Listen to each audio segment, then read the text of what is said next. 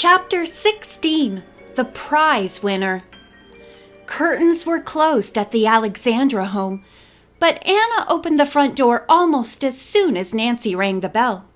"Madame is very low in spirit," the woman whispered and sighed. "It is Michael. This morning he asked her to give him a very valuable bracelet to sell. She didn't do it?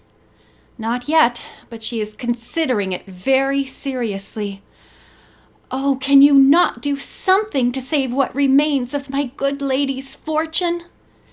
"I hope to, Anna.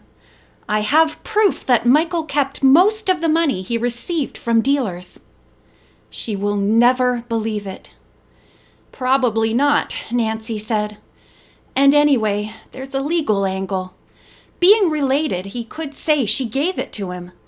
My father is going to see about that. But I came here for another reason. Michael isn't at home, is he?" "He is with his grandmother now." "Then I will leave and come another time." "No, wait," the woman urged. "Hide in this closet. I will send Michael out." Nancy secreted herself in the hall closet as instructed. Soon she heard the young man arguing loudly with Anna. "You always want me to go on errands for you," he complained. "I'm a prince and you're supposed to wait on me." An outside door slammed and Nancy knew that Michael had gone. A few moments later, Anna opened the closet door. "I have announced to Madam that you are here," she told Nancy. "She will see you now." Knowing that Michael would not be gone long, Nancy did not waste words as she explained to Mrs. Alexandra that she would like to try once more to find another opening in the Footman jewel box.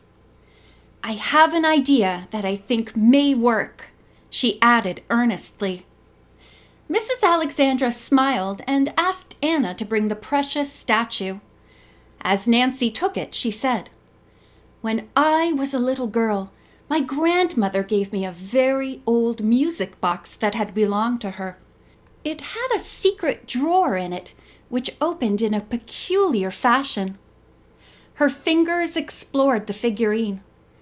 "If only it will work."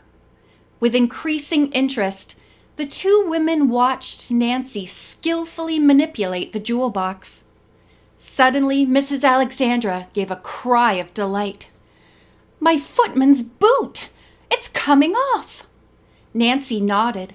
Her hunch had been correct. "But there is nothing in the foot," Mrs. Alexandra added, disappointed. Nancy peered into the tiny boot. Thrusting her little finger into it, she loosened a folded piece of paper. "This must be the clue that the nightingale tried to tell us!" she exclaimed. Nancy longed to look at the paper, but instead politely handed it to the former queen. Mrs. Alexandra pondered a long time over the words scrawled on the paper. Nancy began to doubt that the woman would ever reveal the contents. Finally, she spoke. "Anna," she requested, "please leave us alone for a few minutes." After Anna had left, Madame Alexandra gave Nancy the paper. The young detective was unable to read the words. They were in a foreign language. The woman, her voice vibrant with excitement, translated them in a whisper. "This information is amazing!" Nancy exclaimed. "Shh!" the woman warned. "Do not speak aloud of the great secret. No one must know of it yet, not even Anna." "But neither you nor I can carry out the instructions on this paper," said Nancy. "You must ask some fine young man to help you," Madame Alexandra advised. "My friend Ned is very capable, and he's just the person to help me." From the window, Nancy saw Michael coming back with a package. "I must go now," she said hurriedly. Anna had met the young man on the front walk and engaged him in conversation until Nancy could leave by the rear door. He was talking loudly. "I'm too busy to be running to the store for you," he said crossly. And you don't need all this stuff anyway. I won't be here to dinner tonight, and maybe not all night either." Without lingering to hear more, Nancy headed home in a state of thoughtfulness.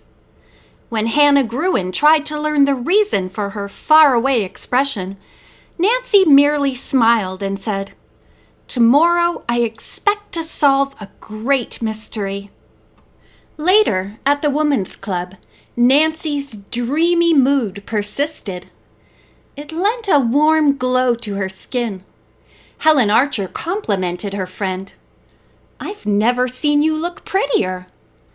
"I feel as if I were walking in a dream," Nancy murmured. "Am I really in this fashion show?" "There's your cue now," Helen replied. Nancy glided gracefully down the carpeted stairway, treading as lightly as if on air. She pivoted, displaying the Renaissance gown to the best advantage. The lovely tiara-like headdress sparkled under the lights, adding the final touch to the exquisite costume. When Nancy returned to the wings, thunderous applause followed. "You were terrific!" Helen exclaimed. Catherine praised Nancy too, but she did not feel confident that the Renaissance gown would win the grand prize. Other costumes had received much attention. She was certain that a white satin evening dress, created by a professional designer, Wilbur DeWolf, might be named by the judges. Soon it was time for the all-important decisions to be announced. An expectant hush fell over the audience.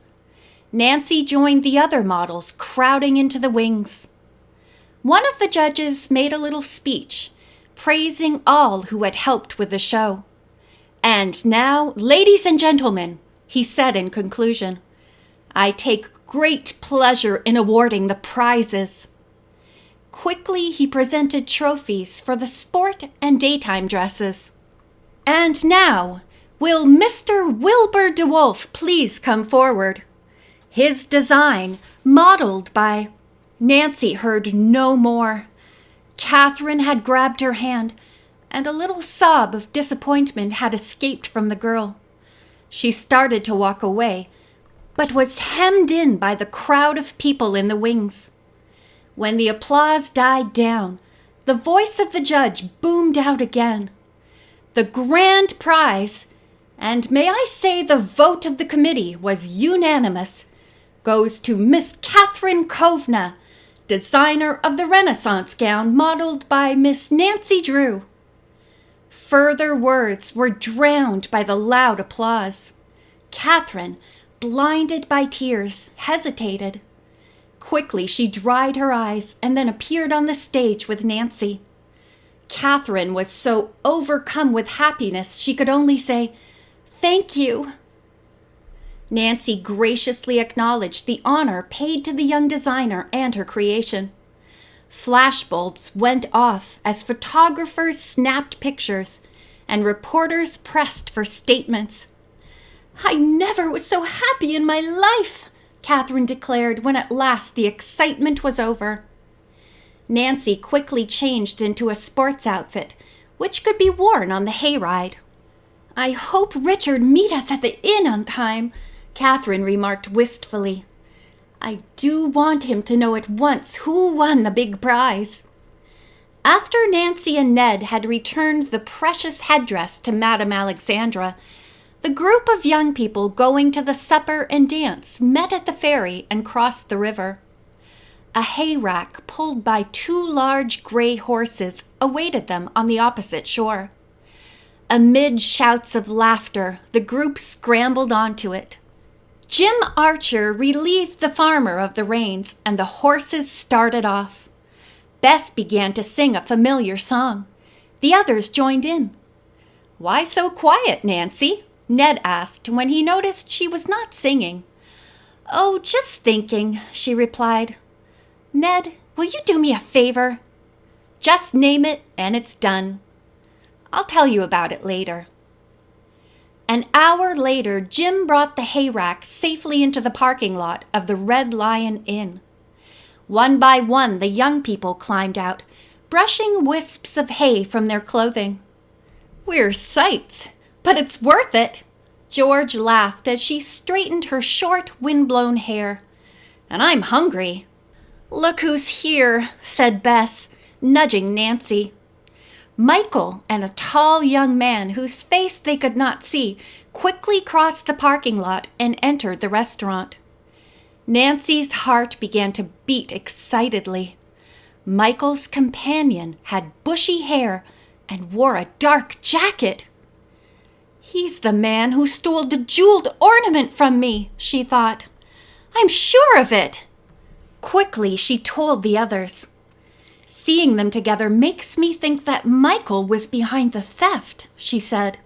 "Are you going to call the police?" Bess asked. "Not now," Nancy replied. "We may learn something by watching the two of them." The young people trooped into the old inn. It was a long brick building with a stone chimney at each end. The candle-lighted interior had been restored with its colonial furnishings. "What a delightful place for a party," said Catherine. "Now we find Richard." Ned learned from the head waiter that the artist had not arrived yet. "That's odd," said Nancy.